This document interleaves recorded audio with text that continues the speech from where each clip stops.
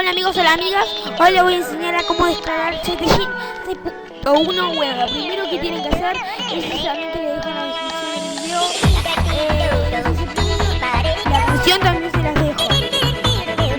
Bueno, se van a este link, le dan acá donde dice descarga segura, descarga gratis.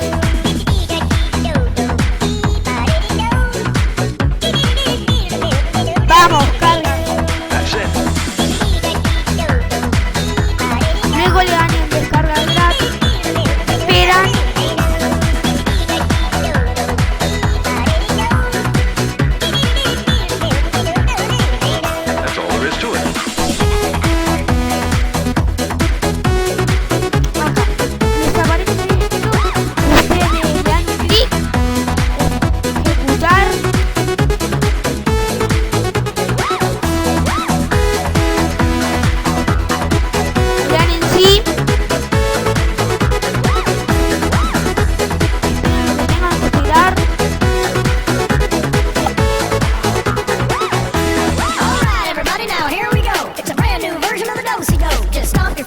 Clap your hands, come on, everybody, it's the Hamster dance. Bouncing time to the beat. Hey, you don't even have to move your feet. Just shake your thing, let me see you move. Now spin around and feel the groove.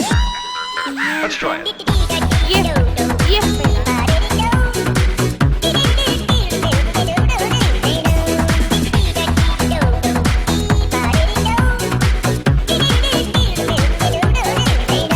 You're catching on.